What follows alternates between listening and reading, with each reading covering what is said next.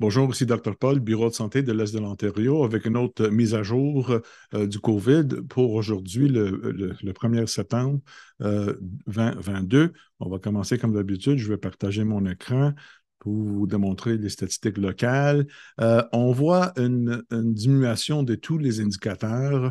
Donc, on va commencer avec les hospitalisations, qu'on voit que c'est en diminuant. On le voit ici. Donc, je pense que le trajet va continuer à diminuer selon les autres statistiques que nous avons, que je vais vous démontrer tantôt. Euh, au niveau de la pourcentage de positivité, ça aussi, ça commence à diminuer, mais on a un plafonnement entre 9 et 10 mais on a une tendance de diminuer. Ceci qu'on voit à l'échelle d'Ontario aussi.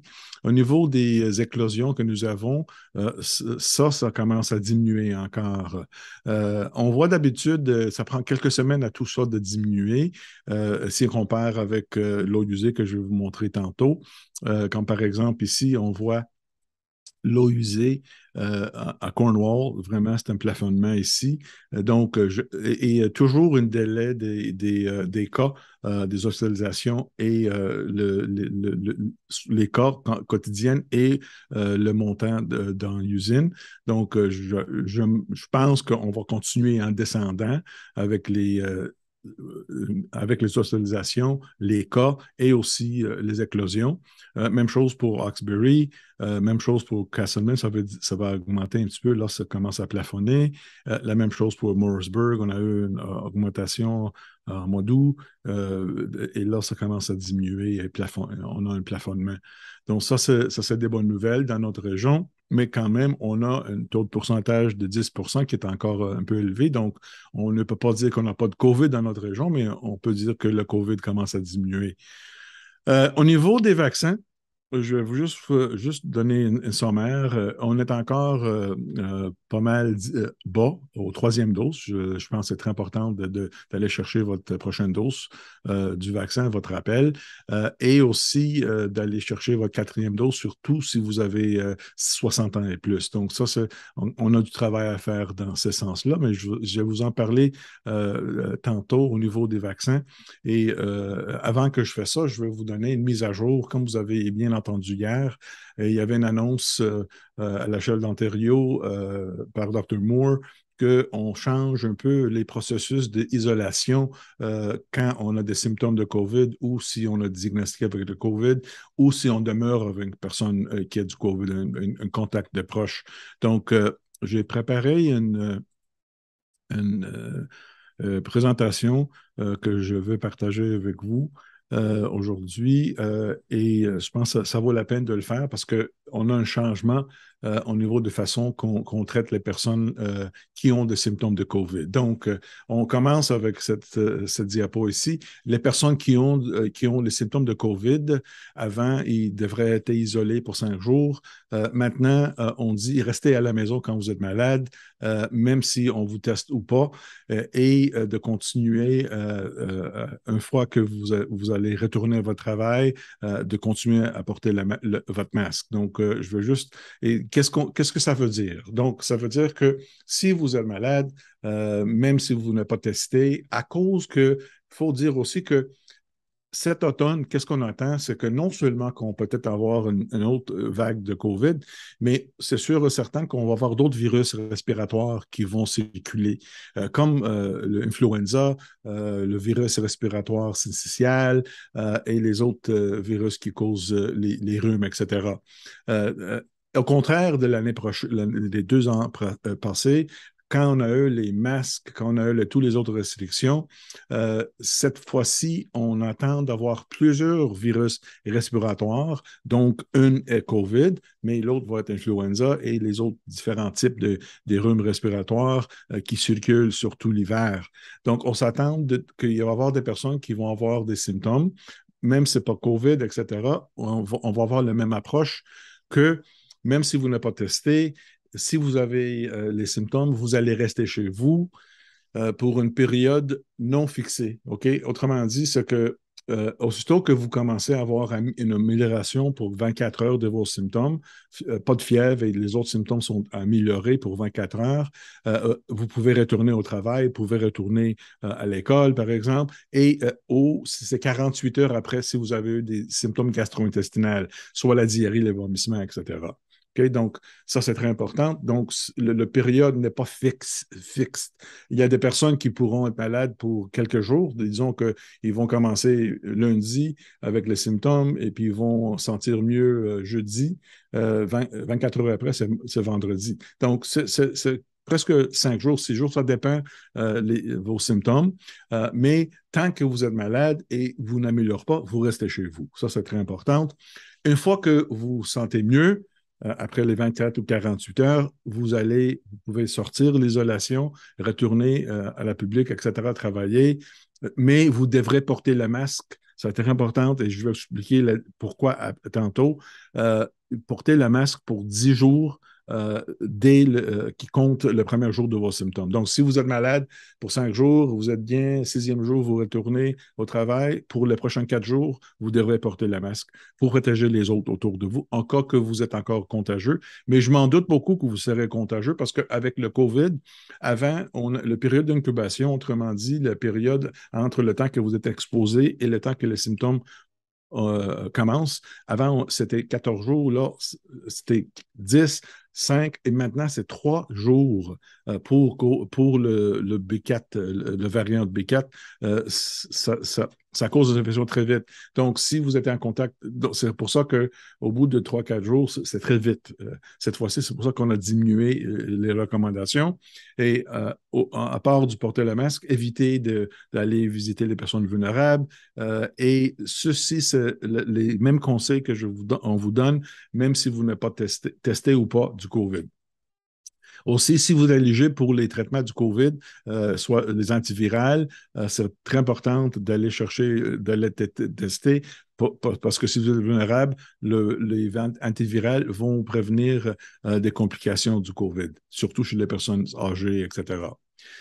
Donc, on a un autre scénario, les personnes qui sont positifs, mais ne sont pas symptomatiques. Donc, on a testé quelqu'un, il est bien ou elle est bien.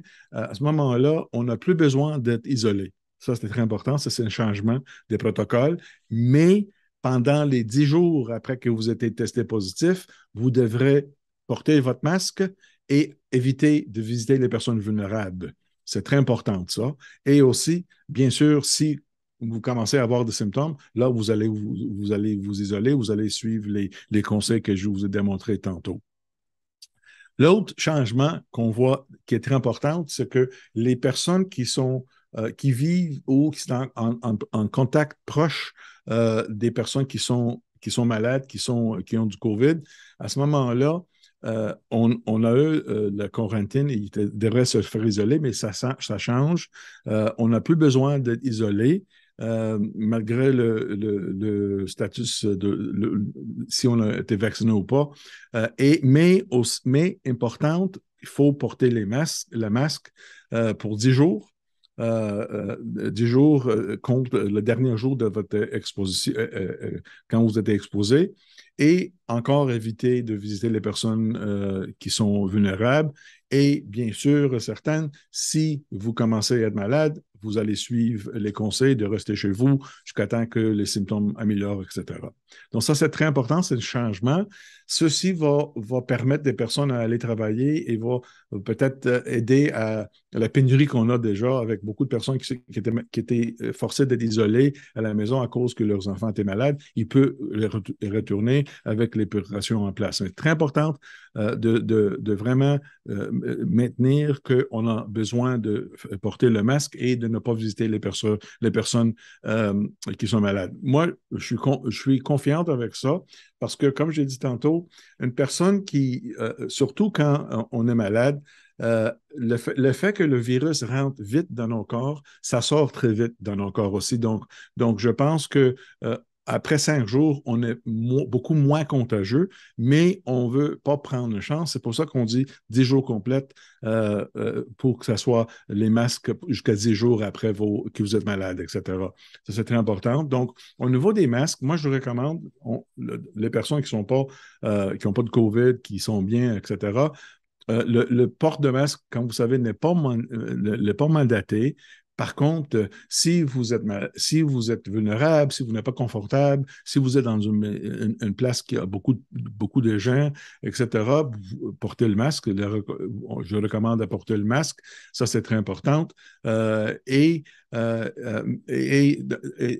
on fait la même chose encore. Ça, c'est un choix personnel, mais encore, le mandat peut changer dépendant qu'est-ce qu'on va voir dans les prochains mois. Peut-être on va retourner le mandat des porte-masques à tout le monde, mais pour le moment, c'est recommandé dans les contextes que je vous ai décrits tantôt. Euh, l'autre, l'autre chose que je voudrais souligner, c'est que les masques jouent deux rôles. Une, ils préviennent le porteur du masque de transmettre le virus. Donc, moi, si je porte un masque, je suis bloqué, les virus sont bloqués, donc il ne peut pas infecter les autres personnes. Donc, on protège les autres. La deuxième rôle du masque, c'est que ça me protège aussi contre le virus. Donc, ça, c'est deux bonnes raisons. Donc, vous allez voir les gens, plus en plus avec les nouvelles protocoles. Disons que quelqu'un a un contact à la maison, mais il est bien ou elle est bien, elle peut retourner travailler, elle va porter le masque pour protéger les autres en cas qu'elle propage le virus ou il propage le virus. Donc, ça, c'est très important. Mais malgré tout, si une personne porte un masque, on devrait l'accepter. Si une personne ne porte pas le masque, on devrait l'accepter aussi. Mais je dis ça parce qu'il y a différentes fonctions du masque. En général, si on va dans une place où il y a beaucoup de gens, on porte le masque pour nous protéger. Mais si nous, on est atteint du COVID ou on est en contact avec le COVID, on porte le masque, oui, pour nous protéger, mais de façon importante, de ne pas transmettre le virus chez les autres personnes autour de nous. Ça, c'est très important. Donc, en parlant de contexte, je vais juste vous donner encore, aujourd'hui, on est dans un contexte différent complètement. Euh, on a une immunité communautaire très élevée grâce aux vaccinations et grâce aussi au fait qu'il y a beaucoup de gens qui étaient déjà infectés, donc ils ont eu une immunité naturelle. Donc tout ça en combinaison avec la façon que le virus se propage très vite maintenant, ça rentre vite, ça sort vite. Et avec les virus, tout le fait que nous avons avec les antivirales, le contexte est complètement différent aujourd'hui qui était en 2020. Donc, le retour à l'école normale, à mon avis, est une priorité parce que les enfants, écoutez, c'est la quatrième année scolaire qu'on est dans une pandémie et c'est très important, à mon avis, que les enfants rentrent à l'école cette année de façon le plus normale possible. Parce qu'on sait que avec le manque de tout avec toutes les restrictions qu'on a eues, les mandats, etc., tout ça ont vraiment prévenu, ils ont empêché les enfants à développer normalement, de façon sociale, de façon académique. Donc, il y a des enfants qui ne connaissent pas le monde sans COVID. Ils ont commencé à l'école pendant le COVID. Donc, c'est très important, à mon avis, de vraiment rassurer que les enfants rentrent à l'école de façon plus facile, de façon plus normale, avec les moins les restrictions possibles, parce que je pense qu'ils méritent, ça vaut la peine. On a un taux de dépression, angoisse chez les enfants de 40 à 5 à cause de la pandémie. Et ça, c'est des statistiques d'Ontario. Donc, à mon avis, le risque de restriction, tout ça, est plus élevé que le risque de COVID à ce moment-là, dans le contexte que je vais décrire. Et aussi qu'on sait que le COVID, d'habitude, chez les enfants, pas une maladie sérieuse, mais ça peut être sérieux. Donc, c'est pour ça que je suis contente qu'on a des vaccins maintenant pour les enfants 6 mois et plus pour prévenir les maladies sévères, les complications sévères du COVID, surtout chez les enfants vulnérables qui ont des problèmes médicaux. N'oubliez pas aussi que dans les écoles, on a les couches de protection, on a le dépistage de symptômes, on reste chez nous si on est malade, on lave les mains, on a des désinfection, on a une bonne une ventilation. bonne ventilation et aussi on a les vaccins. Donc, avec tout ça, je suis confiante qu'on peut rentrer à l'école de façon le plus normale possible parce que ça va faire du bien pour nos enfants. Et finalement, je veux juste parler au niveau des vaccins du COVID.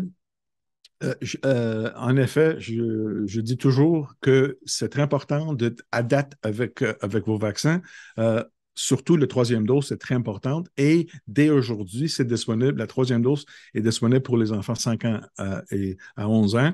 Il faut dire aussi qu'à peine 34 30 à peu près dans notre région des enfants 5 ans à 11 ans ont eu deux doses. Donc, c'est juste ces 30 qui sont éligibles pour la troisième dose. Mais j'encourage les parents d'aller vacciner vos enfants. Ça, c'est notre couche de protection. Aussi, on a des vaccins disponibles maintenant pour les enfants 6 mois jusqu'à 4 ans.